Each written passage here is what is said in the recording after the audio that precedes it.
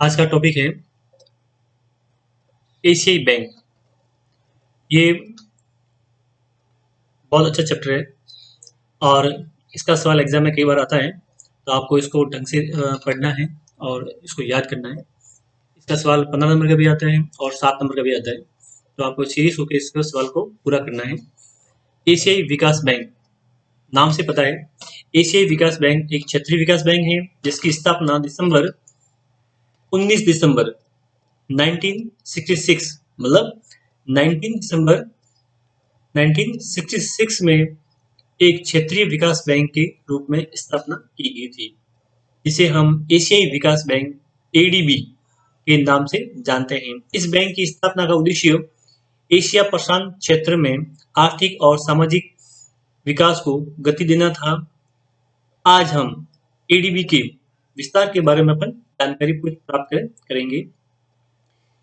1 जनवरी 1967 मतलब 1 जनवरी 1967 को इस बैंक ने पूरी तरह से काम करना शुरू किया था।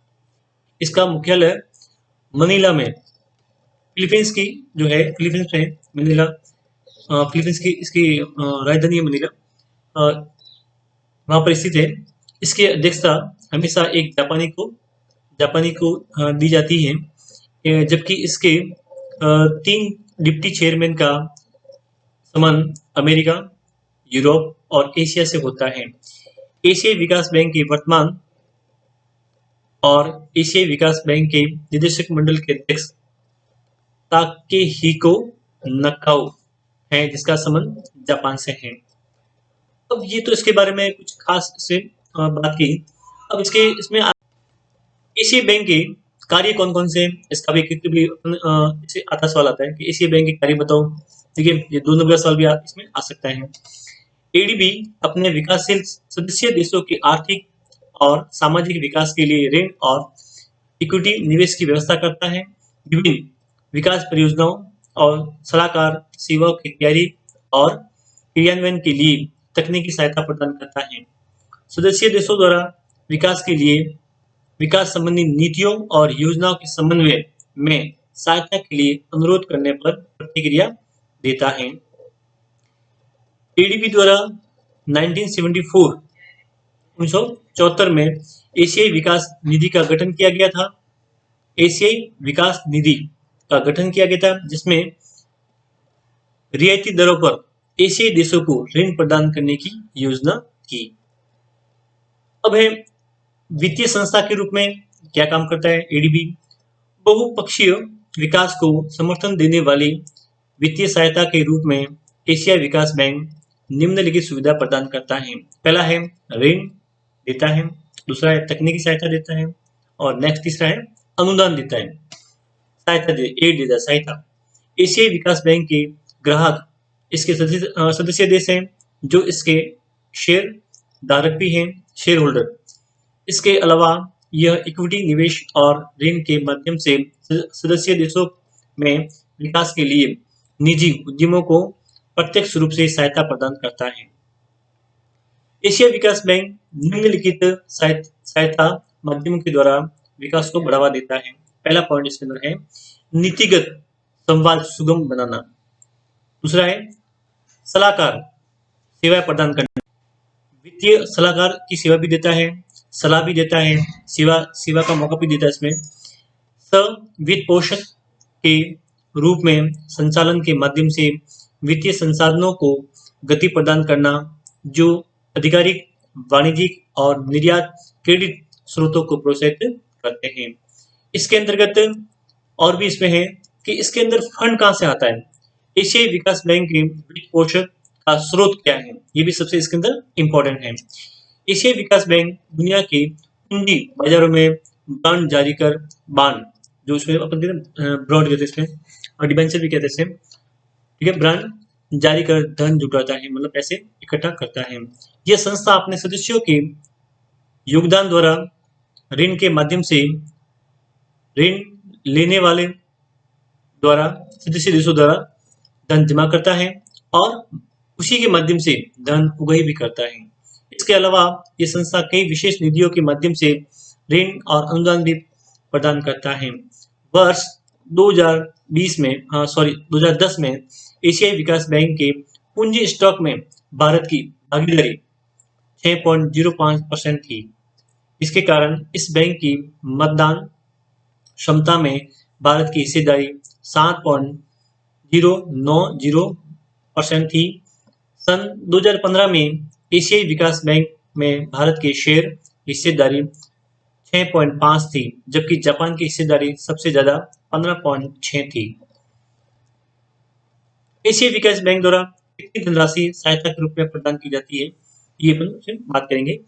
एशियाई विकास बैंक द्वारा 2016 में खर्च की गई धनराशि 31.5 बिलियन डॉलर के उच्चतम स्तर पर पहुंच गई थी, जो कि 2015 में 26.9 बिलियन डॉलर थी। इसमें 17% की वृद्धि हुई थी। एशियाई विकास बैंक द्वारा संप्रभु और गैर संप्रभु कार्यों के संचालन के लिए 2016 में 17.5 बिलियन डॉलर राशि की मंजूरी की गई थी, जो कि 2015 में 16.0 अरब डॉलर थी और इसमें 9% की वृद्धि दर्ज की गई थी। इसके अलावा 2016 में तकनीकी सहायता के लिए 2015 में जारी किए गए 141 मिलियन डॉलर की धनराशि में 20% की वृद्धि करके 170 मिलियन डॉलर की धनराशि मंजूर की गई थी। एशियाई विकास बैंक और भारत, ये भी इसके अंदर सबसे इंपॉर्टेंट पॉइंट है। इसमें कभी सवाल आता है कि एशियाई विकास बैंक और भारत का संबंध क्या है, तो अपन इसमें से बता सकते हैं। भारत ने 1986 में पहली बार एशियाई विकास बैंक की साधारण पूंजीगत संसाधनों में से उधार लेना शुरू किया था। भारत मुख्य रूप से ऊर्जा मतलब पावर लाइट की बात करते हैं, तो अपन यहाँ सौर प्लांट लगाने के लिए बात करते हैं, ऊर्जा के लिए।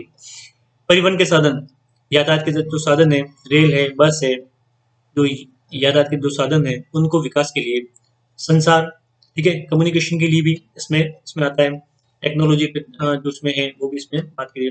वित्त, उद्योग, अपने उद्योग के अंदर अपन बात करते हैं, इंडस्ट्री के लिए भी इसमें पैसा वो उनको देता है। बुनियादी बुनियादी शहरी ढांचा जो बने हुए हैं, जो उसमें शहरों के विकास के लिए भी एडीबी सहायता देता है। तो अपन ये कह सकते हैं कि भारत के जितने भी बड़े शहर हैं उनके लिए, या छोटे शहर हो या बड़े शहर हो, उनकी बुनियादी सुविधा उनको मिलती रहे। तो जैसे बुनियादी सुविधा के अंदर अपन ये बात करते हैं, लाइट की व्यवस्था है, सड़कों की व्यवस्था है, ठीक है, मेडिकल की ये फैसिलिटी है, शिक्षा का स्तर है, इसमें सुधार करने के लिए भी एडीबी सहायता देती है। फिर एक कृषि और सिंचाई जैसे साधन है, तो कृषि के लिए जो अपन बात करते हैं, कृषि के लिए उनके लिए खाद है, बाड़ बनाने के लिए है, पशु अंदर उनको खाने जाए, खड़ी फसल को खाने लाए, ठीक है, उसके लिए कीटनाशक दवाइयों के लिए है, ठीक है, सिंचाई साधन के लिए, मतलब ये कह सकते हैं नहरों का पानी लाने के लिए, मतलब बहुत सारी सुविधा है। उसके लिए एडीबी से अपन धनराशि इकट्ठी करते हैं और उससे उधार पैसा लेते हैं, तो अपना देश का विकास उसमें शामिल किया गया है। तो और इसके अंदर अपन ये भी बात कर सकते हैं, सिंचाई के क्षेत्र में एशियाई विकास बैंक है, जो भारत के लिए अति महत्वपूर्ण योगदान देता है।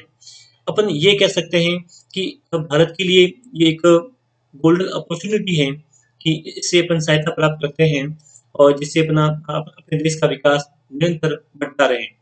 एशियाई विकास बैंक न कि भारत को बल्कि बहुत सारे ऐसे देश है, एशियाई देश है, जैसे पाकिस्तान है, बांग्लादेश है, श्रीलंका है, जापान है, अपन के ये कह सकते हैं कि म्यांमार है, ठीक है, इंडोनेशिया इंडोनेशिया भी इसमें ये भी इसमें आता है।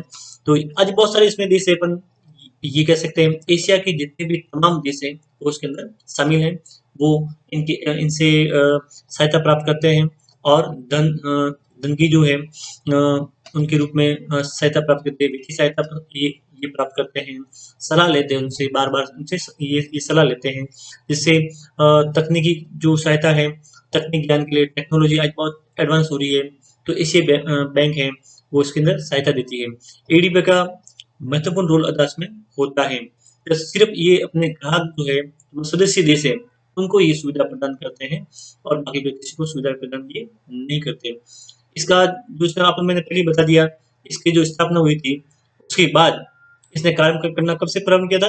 1 जनवरी 1967 से, मतलब 1967 से इसने काम करना प्रारंभ किया। इसने इसकी स्थापना कब हुई थी, ये आपको याद करना है। एग्जाम में 2 नंबर का सवाल भी इसमें आ सकता है कि भाई एडीबी की स्थापना कब हुई, तो आपको ये बताना है 19 दिसंबर 1996। ठीक है, मतलब 19 दिसंबर 1966 में इसकी स्थापना हुई थी। कब हुई थी? 1966 में। तो ये आपको ध्यान में रखना है, ठीक है ना। तो इससे और कुछ सवाल है तो आप मुझे पूछना, इसका विस्तार में अपन बात करेंगे, ठीक है। और आपको समझ में नहीं आया तो मुझे वापस पूछना, मैं आपको इसमें और बता दूंगा। Thank you.